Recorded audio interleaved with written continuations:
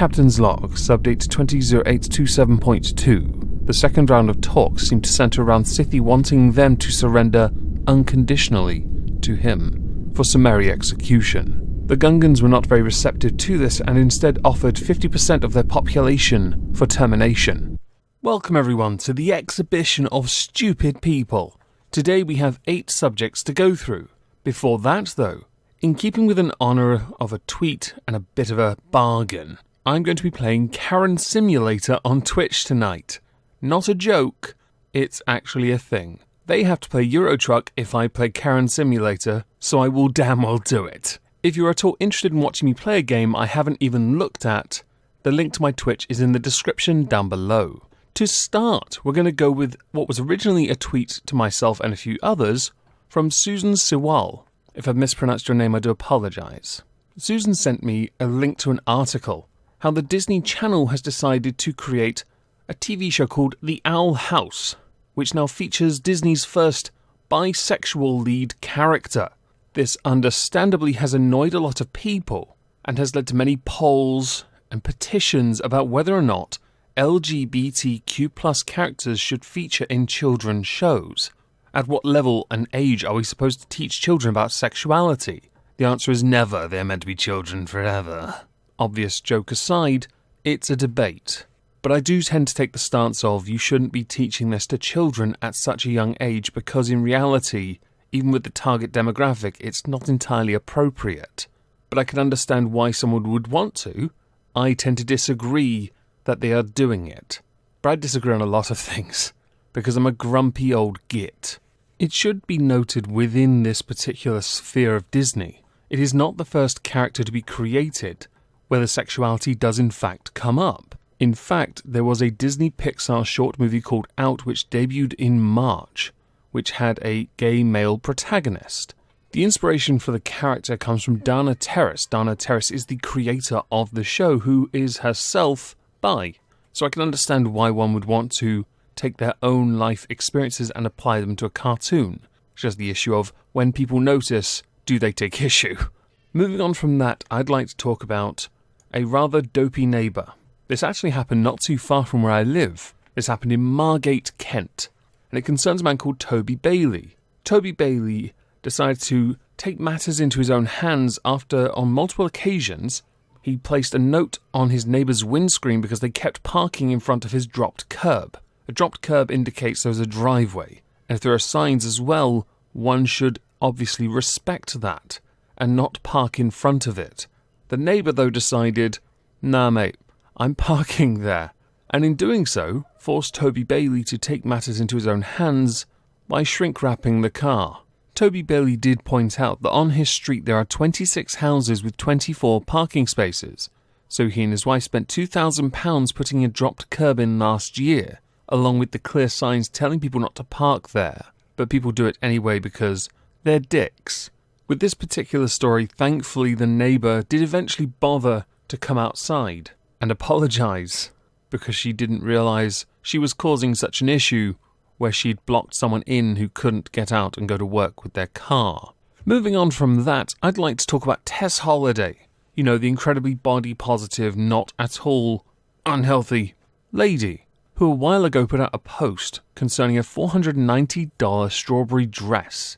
As she wore this at the Grammys, and it obviously went a little bit on the viral side. The dress, in fact, has gotten a bit popular during the summer.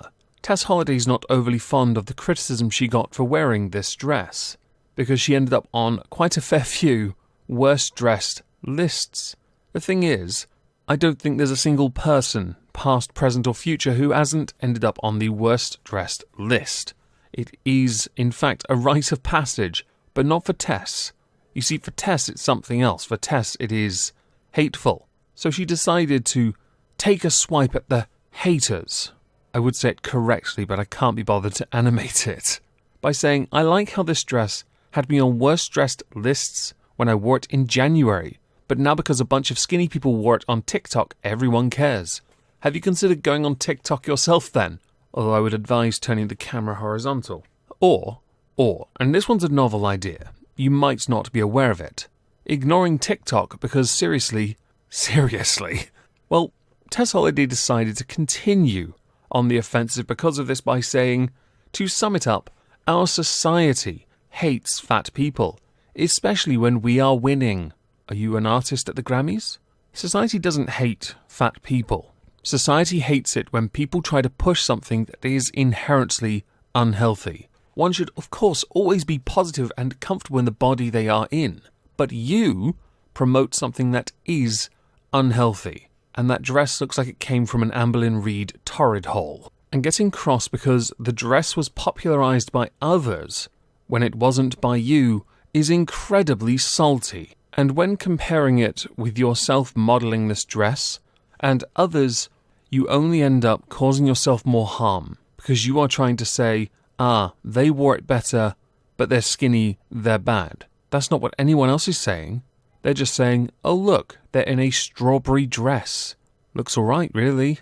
It has nothing to do with the fact they're skinny. It's just an added perk that it looks a little more comfortable on them and less fabric was used. Moving on from that, I noticed that Sony, in their infinite wisdom, Sony was trending on Twitter. This time because they've decided to bring back an experiment.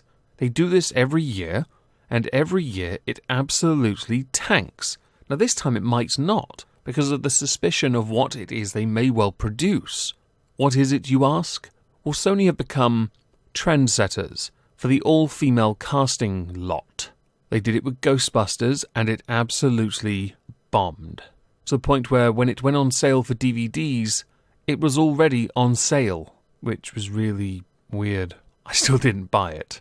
Well, now they've decided to hook up with the actress Olivia Wilde to direct an untitled female-centric Marvel movie at Sony, which has people divided, because in one sense they could do Spider-Woman with Gwen, which is a good idea, yes, of course, but how they promote and handle it could well lead them down a rather Ghostbusters-esque path. So one does have to wonder how they intend to promote it, if at all like last time. Please don't. If you're going to use the Marvel name, though, well, you might stand a fair chance of just making money, cause you could put out a still of Spider-Woman and I'm pretty sure people would still buy it. Next, we're going to talk about cuties. This one I was a tad reluctant to touch, but it did blow up last week after I had made my exhibition of stupid people video. So I've sat on it for a week and pondered whether or not to address it. Cuties was a Netflix show, is a Netflix show, and the synopsis for it reads, 11-year-old Amy starts to rebel against her conservative family traditions when she becomes fascinated with a free-spirited dance crew. But that synopsis is a tad inaccurate. It is a children troupe masquerading as an adult dance troupe, twerking, which got many people up in arms. Is that sensitive, people, perhaps? How about it got people annoyed? But the promotional imagery, not so much. No, I don't think you're going to get many people interested in watching this unless they have a condition and a signature on a register. There was a petition to remove this, and at time of recording it has over 300,000 signatures, which led Netflix to apologise for what they had made via the promotional poster, to which they then changed it to something a bit more, let's say, ad-friendly, but Netflix will keep it up because it is an award-winning French film from the Sundance Awards.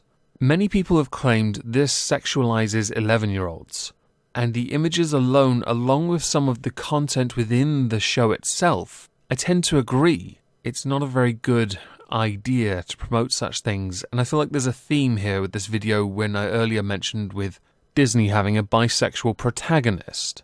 Maybe we should move on before I end up getting a yellow check mark faster than I can blink.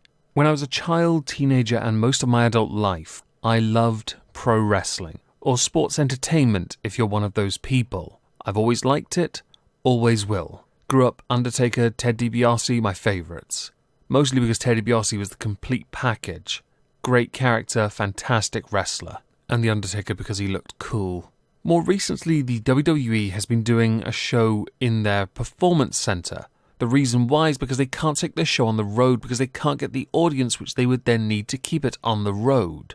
Even more recently, they've started getting virtual fans in. much like other places, other stadiums, giving fans a chance to be there but not be there, which sounds in and of itself fantastic. But as is the case, and this one tickled me, I will admit, with any kind of fans online, you're going to get trolls, some of whom decided, because they know what the WWE are like, to post stills of the KKK, but that's not the one that got people's attention, to the point where this was trending. The name of the person I'm about to mention was in fact trending on Twitter.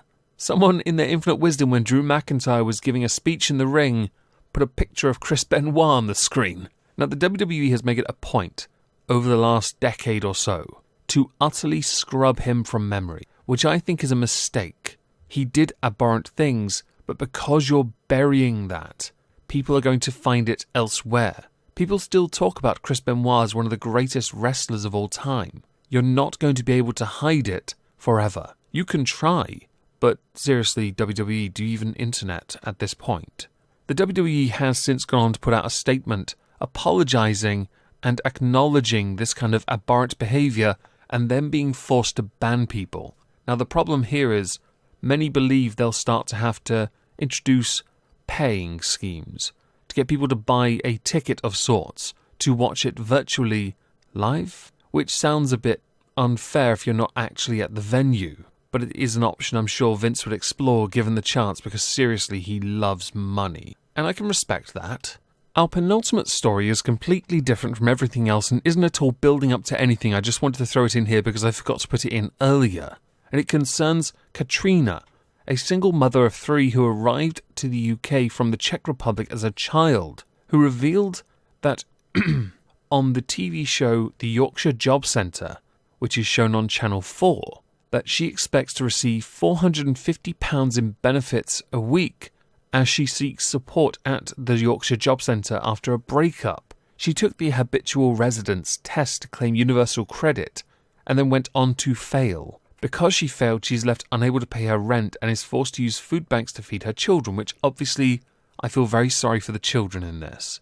But you are not entitled to £450 a week.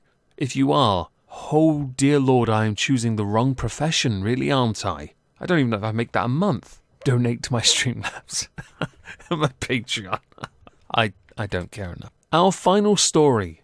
Oh, this one bugs me.